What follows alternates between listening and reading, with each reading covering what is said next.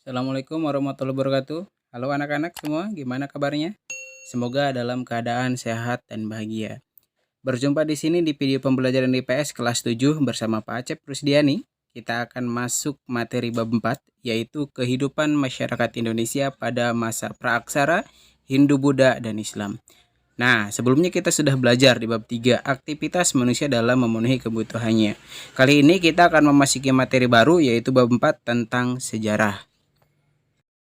Adapun tujuan pembelajaran kali ini, yang pertama mengidentifikasi periodisasi masa praaksara di Indonesia, dan yang kedua yaitu mendeskripsikan perkembangan masyarakat Indonesia pada masa praaksara.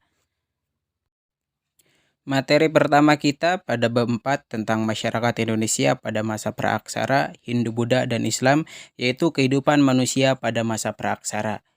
Yang pertama kita akan membahas tentang mengenal masa praaksara. Apa itu masa praaksara? Yuk kita lanjut ke slide berikutnya. Mengenal masa praaksara. Praaksara berasal dari dua kata yaitu pra dan aksara. Pra itu artinya sebelum dan aksara itu artinya tulisan. Dengan demikian yang dimaksud masa praaksara adalah masa sebelum manusia mengenal tulisan. Masa praaksara juga disebut dengan masa nirleka. Nir artinya tidak ada, leka artinya tulisan. Masa praaksara juga sama dengan masa prasejarah. Mengapa tulisan menjadi pembahasan waktu masa praaksara? Aksara atau tulisan adalah hasil kebudayaan manusia. Fungsi utama dari aksara ini adalah untuk berkomunikasi dan membaca tentang sesuatu. Sekelompok manusia yang telah mengenal tulisan biasanya meninggalkan catatan-catatan tertulis dan naskah-naskah kuno. Dari catatan tertulis tersebut, kita dapat mengenal kehidupan orang-orang zaman dahulu. Dengan demikian, penemuan aksara merupakan faktor penting untuk mengetahui suatu peradaban.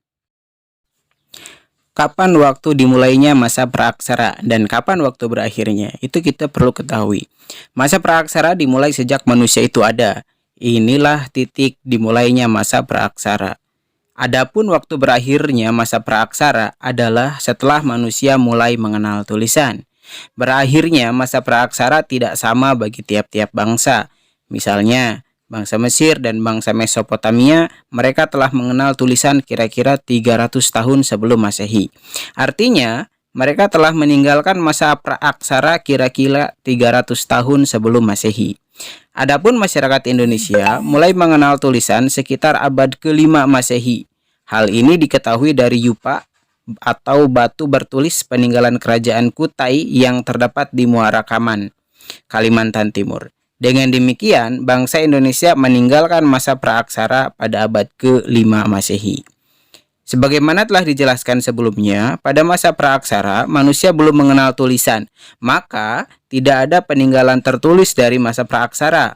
Lalu bagaimana cara mengetahui kehidupan manusia pada masa tersebut? Kehidupan manusia pada masa praaksara dapat dipelajari melalui peninggalan-peninggalan yang ditinggalkan oleh manusia yang hidup pada waktu itu. Peninggalan itu dapat berupa artefak atau fosil. Artefak membantu kita untuk mengetahui bagaimana perkembangan kehidupan manusia dan fosil membantu untuk mengetahui pertumbuhan fisik makhluk hidup pada masa praaksara. Selanjutnya yaitu periodisasi masa praaksara. Untuk mengetahui perkembangan manusia sejak awal kehidupannya, kita perlu mempelajari terlebih dahulu periodisasi atau pembabakan zaman di muka bumi. Pembabakan itu dapat dilakukan secara geologis, arkeologis, dan perkembangan kehidupan manusia. Berikut ini Bapak uraikan periodisasi sejarah perkembangan bumi secara geologis. Periodisasi secara geologis. Geologi merupakan ilmu yang mempelajari bumi, komposisinya, struktur, sifat-sifat fisik, sejarah, dan pembentukannya secara keseluruhan. Periodisasi masa praaksara berdasarkan teori geologis tersebut, maka perkembangan bumi dari waktu ke waktu mengalami perubahan. Dari perubahan-perubahan tersebut, maka dapat dikelompokkan menjadi beberapa fase atau zaman. Sebelum adanya kehidupan, bumi mengalami perubahan-perubahan. Awalnya bumi dalam keadaan panas dan pijar sehingga tidak ada satu makhluk hidup yang mampu hidup. Kemudian bumi mendingin dan terbentuklah kerak atau kulit bumi. Makhluk hidup mulai ada sejalan dengan semakin mendinginnya bumi. Proses perubahan bumi terbagi atas beberapa fase atau zaman. Perubahan dari suatu zaman ke zaman berikutnya memakan waktu yang lama, sampai jutaan tahun.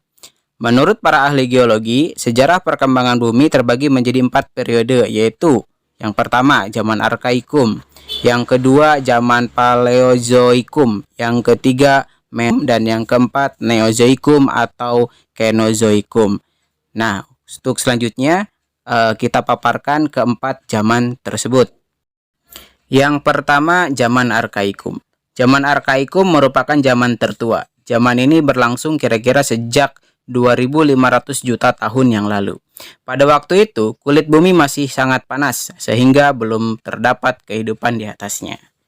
Yang kedua, zaman Paleozoikum. Zaman kehidupan tua berlangsung kira-kira sejak 340 juta tahun yang lalu. Zaman ini sudah ditandai dengan munculnya tanda-tanda kehidupan, antara lain munculnya binatang-binatang kecil yang tidak bertulang punggung, berbagai jenis ikan, amfibi, dan reptil. Yang ketiga, zaman Mesozoikum. Zaman kehidupan pertengahan berlangsung sejak kira-kira 140 juta tahun lalu. Pada zaman ini kehidupan di bumi makin berkembang. Binatang-binatang mencapai bentuk tubuh yang besar sekali. Kita mengenalnya sebagai dinosaurus. Di samping itu juga mulai muncul berbagai jenis burung. Zaman Mesozoikum disebut pula zaman reptil karena pada zaman ini jenis binatang reptil yang paling banyak ditemukan. Yang keempat yaitu Neozoikum atau Kenozoikum. Zaman kehidupan baru berlangsung sejak kira-kira 60 juta tahun yang lalu. Zaman ini dibagi menjadi dua. Yang pertama itu zaman Tertier dan yang kedua zaman Kuartier. Zaman Tertier itu sendiri yaitu pada zaman Tertier jenis-jenis reptil besar mulai punah dan bumi umumnya dikuasai oleh hewan-hewan besar yang menyusui. Contohnya adalah jenis gajah purba atau mamut yang pernah hidup di Amerika Utara dan Eropa Utara.